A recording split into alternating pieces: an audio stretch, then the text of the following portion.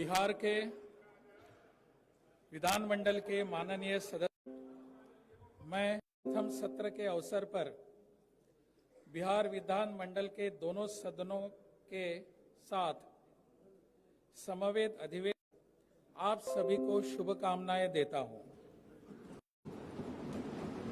तथा राज्य की खुशहाली एवं बहुआयामी विकास की कामना भी करता हूं। इस सत्र में वित्तीय, विधायी एवं अन्य महत्वपूर्ण कार्य संपन्न होने हैं। बिहार सदस्यों से बिहार के विकास के लिए रचनात्मक भूमिका अदा करने की अपेक्षा भी करता हूं। आपके बहुमत एवं विमर्श से बिहार की प्रगति, राज्य सरकार ने हमेशा सुशासन एवं न्याय के साथ विकास पर जोर दिया है। सरकार द्वारा अपनियंत्रण एवं विधि व्यवस्था संधारण के सभी आयामों पर योजनाबद्ध तरीके से काम किया जा रहा है। जन कल्याणकारी आपातकालीन सेवा डायल 112 का शुभारंभ 6 जुलाई 2022 को किया गया। इस व्यवस्था किसी भी प्रकार की आपातकालीन स्थिति जैसे कि अपराध की घटना, आग लगने की घटना, वाहन दुर्घटना या महिला, बच्चों एवं वरिष्ठ नागरिक स्थिति में बिहार के किसी भी कोने से कोई भी पीड़ित व्यक्ति 112 नंबर पर निःशुल्क कॉल कर सकता है। सभी कॉल पटना स्थित कंट्रोल सेंटर में प्राप्त होंगे और आवश्यकता के अनुसार पीड़ित व्यक्ति को सहायता उपलब्ध करने के लिए 15 मिनट या 20 मिनट इमरजेंसी रिस्पांस वाहन घटनास्थल पर पहुंच जाएंगे। इस हेतु अब तक पुलिस बल के साथ 400 डेडिकेटेड वाहन तैनात किए गए हैं। अपराध नियंत्रण को दृष्टिगत रखते हुए तंत्र के सुदृढ़ीकरण के लिए व्यापक व्यवस्था की जाए तथा इसके लिए बढ़ती जनसंख्या के अनुपात में आवश्यकता आधारित सीधी नियुक्ति के 75,543 अतिरिक्त पदों का सृजन किया गया है। राज्य सरकार द्वारा पटना में एक बृहद समारोह का आयोजन कर 10,459 नवनियुक्त पुलिस कर्मियों को एक साथ नियुक्ति पत्र दिया है। इसके अतिरिक्त के अंतर्गत पुलिस उप अधीक्षक के 91 पदों पर इस वर्ष 2022 में नियुक्ति कर ली गई है। उप अधीक्षक तथा उनसे वरीय स्तर के कुल 181 नए पदों का सृजन भी किया गया है। राज्य के सभी अधिसूचित पुलिस थाना एवं ओपी एवं अन्य पुलिस भवनों के साथ पुलिस लाइन के लिए भवन निर्माण कार्य को राज्य सरकार द्वारा सूची में शामिल करते हुए सघन अभियान के तहत भूमि की प्राप्ति एवं भवन निर्माण की कार्रवाई प्रारंभ की गई है। राज्य के कुल 1263 अधिसूचित थानों एवं 471 भवनहीन थाना थे, जिसमें अब तक 421 थानों के लिए भूमि उपलब्ध कराते हुए भवन निर्माण किए गए हैं। शेष भवनहीन थानों एवं ओपी के लिए भूमि चिन्हित करते हुए भवन निर्माण हेतु प्रशासनिक स्वीकृति निर्गत कर राज्य के 33 पुलिस लाइन के लिए भवन उपलब्ध है। शेष सभी 11 का आदेश निर्गत किया जा चुका है एवं प्रशासनिक स्वीकृति का प्रस्ताव प्रक्रियाधीन है। कुल मिलाकर 1875 इन भवनों के निर्माण की जिम्मेदारी बिहार पुलिस भवन निर्माण हेतु विज्ञान प्रयोगशाला स्थापित करने का निर्णय लिया है। वर्तमान में पटना, मुजफ्फरपुर एवं भागलपुर में विधि विज्ञान प्रयोगशाला कार्यरत हैं। इसलिए हेतु 86 करोड़ 51 विभाग, आर्थिक अपराध इकाई एवं में क्षेत्रीय वित्त भवन उपलब्ध हो जाएंगे गए हैं। इसके अतिरिक्त मंडल स्तरीय न्यायालयों में लगभग 65 करोड़ रुपयों की लागत से सीसीटीवी कैमरा अधिष्ठापित करने है। इसके लिए कई मोर्चों पर एक साथ काम किया जा रहा है। सुनिश्चित करने की दिशा में कार्रवाई निगरानी विभाग के अधीनस्थ संस्थानों यथा निगरानी अन्वेषण ब्यूरो 52 मामले, प्रत्यानुपातिक धनार्जन के 29 मामले, पद के दुरुपयोग से संबंधित 3 मामले, साथ विभिन्न निगरानी न्यायालयों में समर्पित किया गया है। भ्रष्टाचार पर नियंत्रण हेतु विभागीय एवं जिला से जुड़े कारोबारियों चलाकर कार्रवाई की जा रही है।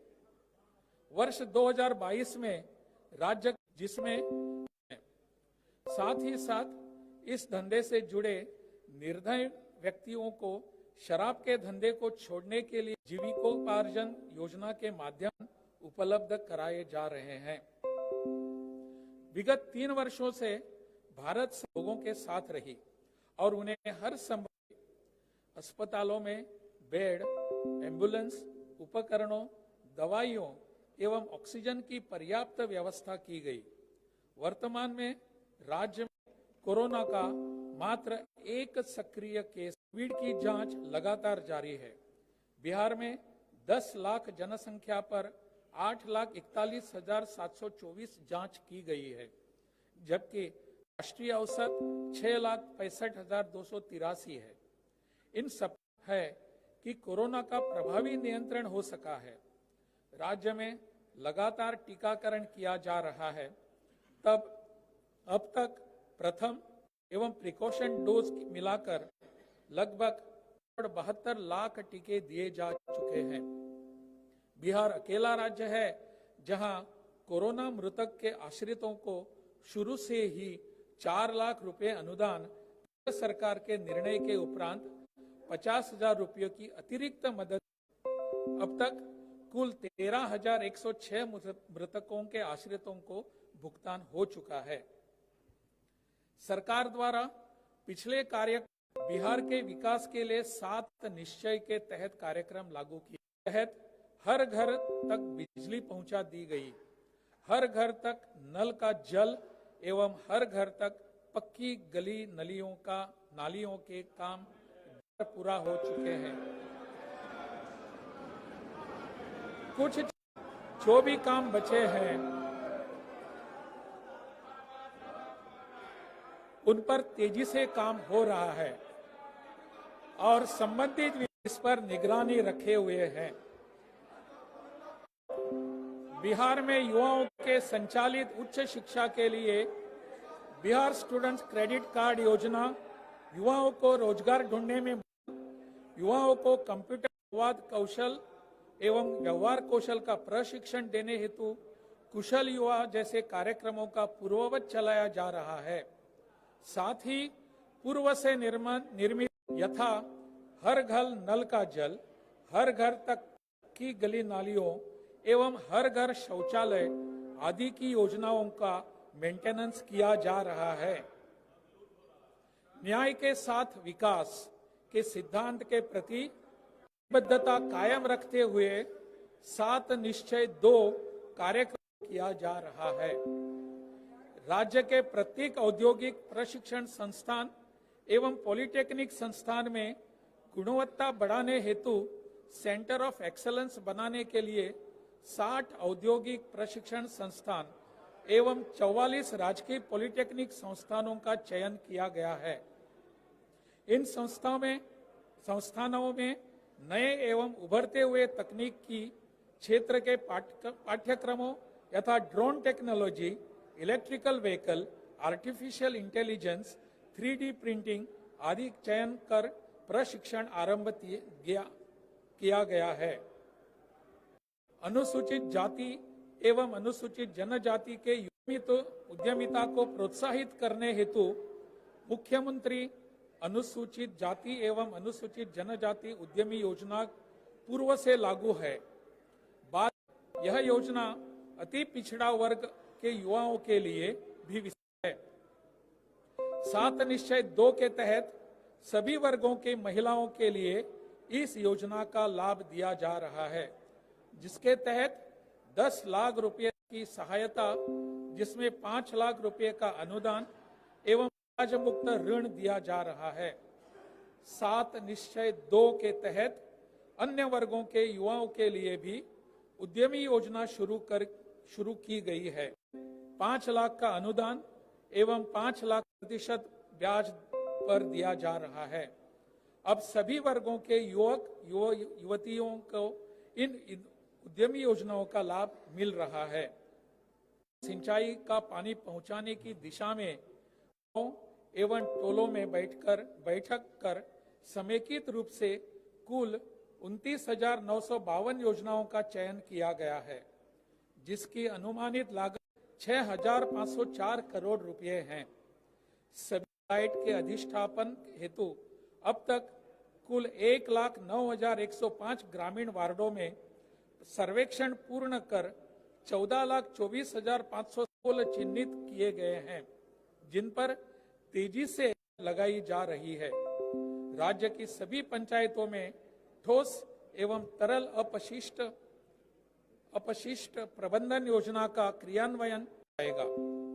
प्रथम चरण में 2022 तक 2,235 पंचायतों के 30,933 वार्डों में कार्य प्रारंभ किया गया है।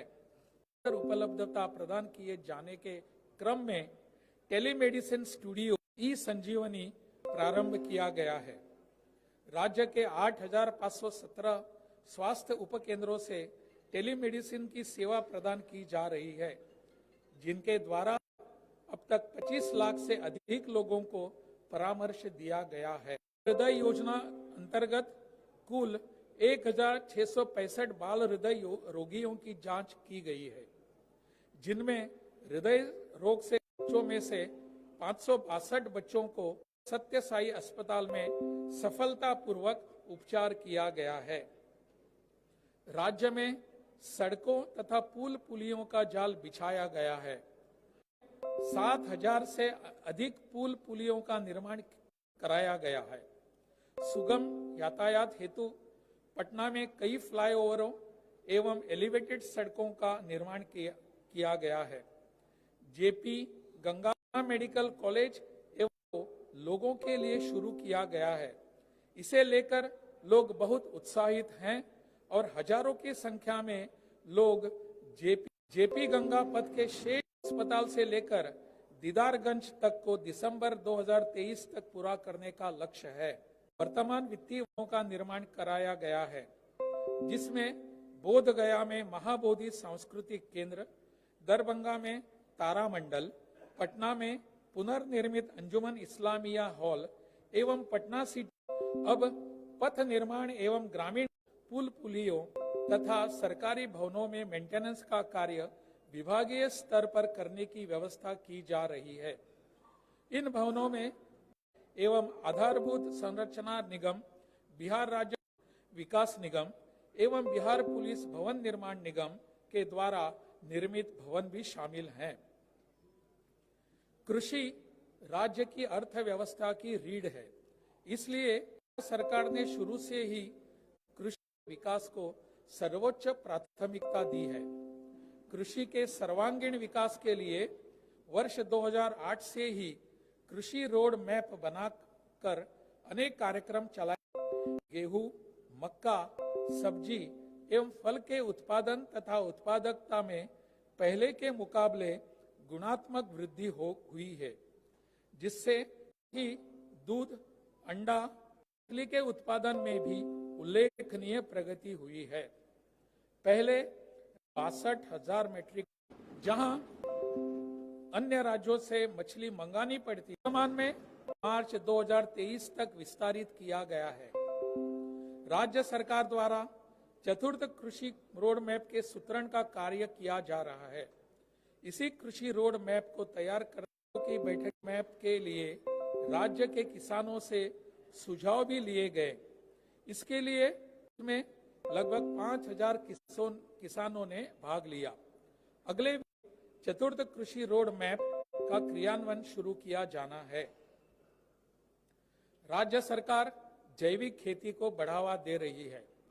जैविक खेती के लिए कृषि इनपुट सहायता के साथ साथ इसके प्रमाणीकरण के लिए बीज एवं जैविक प्रमाणीकरण एजेंसी का गठन किया गया है, जिसके द्वारा किसानों को निःशुल्क जैविक प्रमाणीकरण की सुविधा दी जा रही है। चतुर्थ रोड मैप में जैविक खेती को व्यापक योजना बनाई जा रही है। मौसम परिवर्तन को देखते हुए 2019 से राज्य के सभी जिलों में जलवायु के शुरू किया गया है।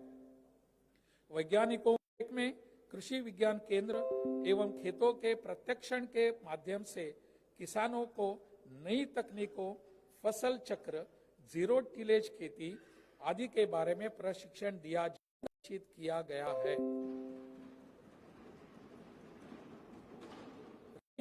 छात्रवृत्ति एवं अन्य कई योजनाएं लागू की गई है।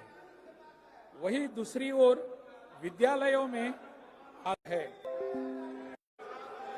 बिल्कुल सीधा संबंध है, इसलिए है नए उत्क्रमित उच्च माध्यमिक विद्यालयों में भवन एवं पर्याप्त राज्य में बुनियादी बड़े पैमाने पर आधारभूत संरचनाओं का विकास किया गया है। विज्ञान संस्थान का तथा नालंदा में राजकीय दंत शुरू से सरकार की जनजाति विकास पर बल देते हुए अनुसूचित जनजाति इन्हें मुख्य धारा में जोड़ने के लिए विशेष योजनाएं चलाई गई है। पिछड़ा वर्ग सिविल बिहार लोक सेवा आयोग तथा संघ लोक सेवा आयोग की सभी अभ्यर्थी 50,000 रुपये एवं के लिए 265 छात्र एवं छात्राओं ने लाभ लिया है।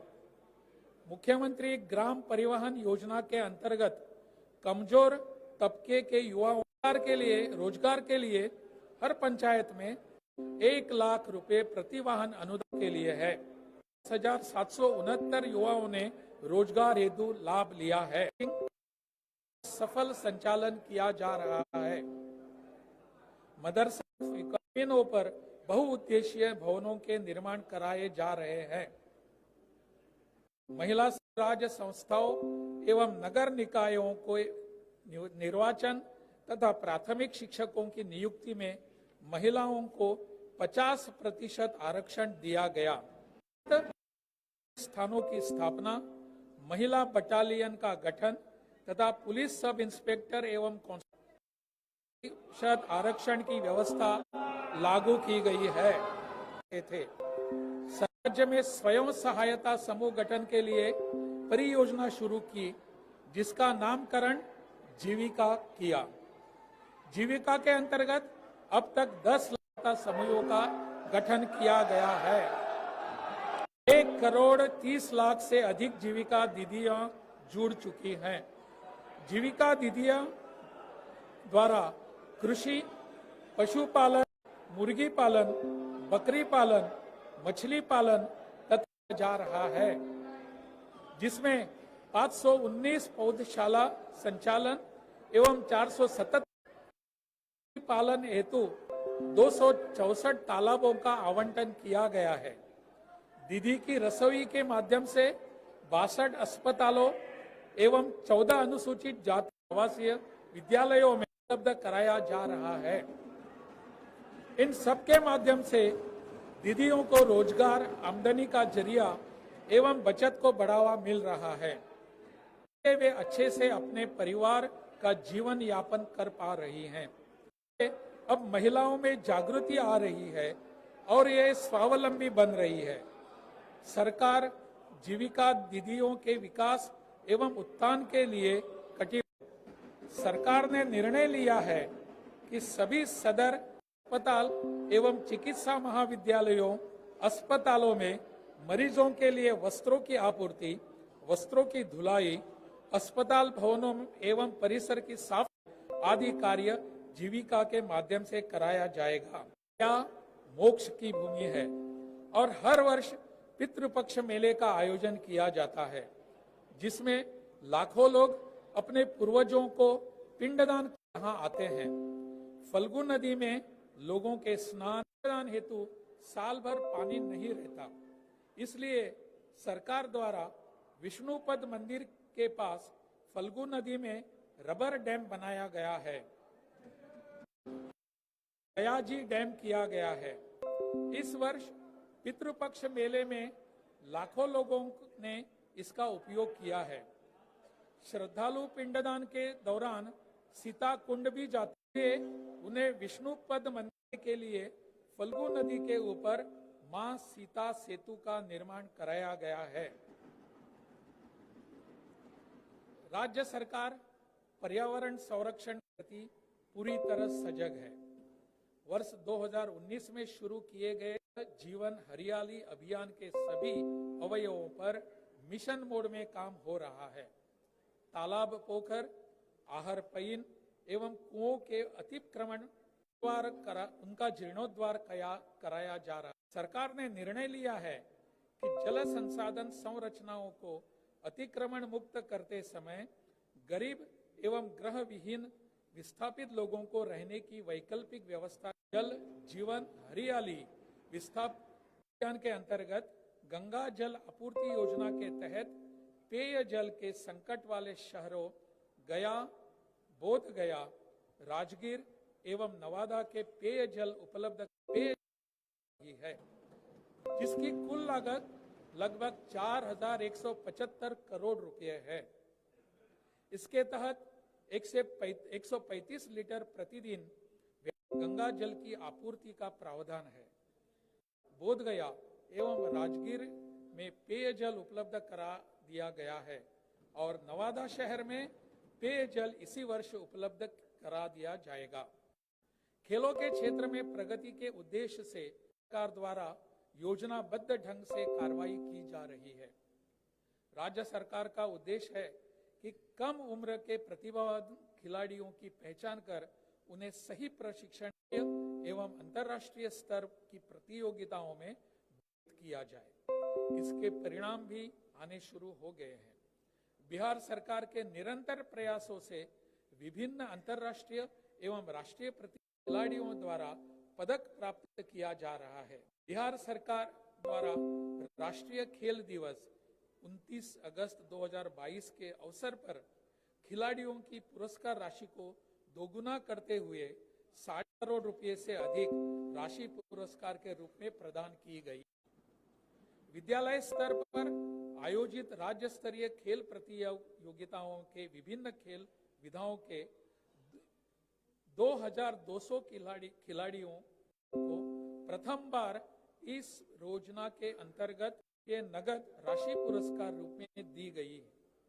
विश्व के सबसे बड़े खेल प्रतिभा खोज निगजाम 2020 राष्ट्रीय अंतर जिला जूनियर एथलेटिक्स मीट अत्यंत सफलतापूर्वक किया गया, जिसमें देश के लगभग 600 जिलों से 6000 खिलाड़ियों ने भाग लिया। इसके माध्यम से कैंप के लिए राज्य सरकार के द्वारा विगत कई वर्षों से उत्कृष्ट खिलाड़ियों को सरकारी नौकरी दी जा रही है। इस व्यवस्था को बेहतर बनाते हुए राज्य सरकार राष्ट्रीय प्रतियोगिताओं में मेडल सीधे ही उच्चतर समूह के पदों यथा बिहार प्रशासनिक सेवा, बिहार पुलिस सेवा आदि के पदों पर भी नियुक्त किया जा। बिहार झारखंड अलग होने के बाद राज्य में हरित आवरण मात्र 9% रह गया था। इसके लिए राज्य में हरित आवरण बढ़ाने के लिए पौधारोपण पर लगातार जोर दिया जा रहा है और अब हरित आवरण बढ़कर लगभग 5 हो गया है। राज्य की अधिक आबादी एवं कम क्षेत्रफल होने के बावजूद राज्य सरकार प्रयासरत है कि राज्य में हरित आवरण कम 17% हो। राज्य में इको टूरिज्म का जिससे पर्यटकों की संख्या बढ़ने लगी है। राज्य सरकार न्याय के साथ विकास लगातार चल रही है। इसी सिद्धांत के तहत राज्य के सभी वर्गों की बहुमुखी विकास को सुनिश्चित करने के उद्देश्य से जाति आधारित गणना का कार्य करा रही है। सभी विधायकों द्वारा सर्वसम्मति से पारित किए गए प्रस्ताव ध्यान में रखते हुए 2 जून 2022 को राज्य सरकार ने अपने वित्तीय स्रोतों से जाति आधारित गणना करने का निर्णय लिया और इस भी है। आपको बताते हुए राज्य सरकार ने इस कार्यक्रम का प्रथम चरण 21 जनवरी 2023 को पूर्ण कर लिया है और द्वितीय चरण भी निर्धारित कार्यक्रम के अनुसार समय में पूर्ण कर लिए जाने का लक्ष्य है। इस जाति आधारित गणना पोर्टल एवं जाति आधारित गणना ऐप का निर्माण किया गया है। इस गणना के अधीन राज्य की सीमाओं के अंदर एवं सीमाओं सभी बिहार वासियों के जातिगत आर्थिक एवं प्रवासीय स्थिति का पूर्ण सर्वेक्षण किया जाएगा, जिसके आधार पर बनाए जाने वाली योजनाएं सभी धर्मों एवं जाति वर्गों के बिहार वासियों के आयाम खोलेगा। जाति आधारित के प्रथम चरण में जिस प्रकार से आप माननीय सदस्यगण का एवं बिहार की जनता का सहयोग मिला है, उसके लिए राज्य सरकार धन्यवाद व्यक्त करती है। दूसरे चरण में भी आप सभी का पूर्ण सहयोग होता रहेगा। मेरे द्वारा आपके समक्ष रखी गई सरकार की उपलब्धियों एवं कार्यक्रमों से स्पष्ट है कि सरकार के साथ विकास के मूल मंत्र को ध्यान में रखते हुए क्षेत्रों एवं सभी वर्गों के उत्थान के लिए सतत प्रयत्नशील है। मुझे विश्वास है कि वर्तमान सत्र में विधायी कार्यों के साथ साथ राज्य के सर्वांग सार्थक चर्चा होगी, जो राज्य के विकास में सहायक होगा। मुझे भरोसा है कि सभी सदस्य जिम्मेवारी सत्र के संचालन में अपना महत्व देंगे। मुझे धैर्य और ध्यानपूर्वक सुनने के लिए आप सभी माननीय सदस्यों का बहुत बहुत धन्यवाद। जय